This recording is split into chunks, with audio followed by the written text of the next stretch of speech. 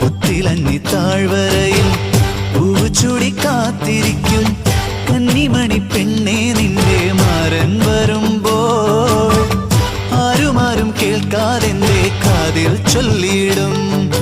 മുന്നിൽ ഒന്നു കാണും നേരം കാര്യം ചൊല്ലാൻ മറന്നിടും. ആദ്യം മാരൻ ചൊല്ലും എന്നതു കേൾക്കാൻ നീയുമിരുന്നു.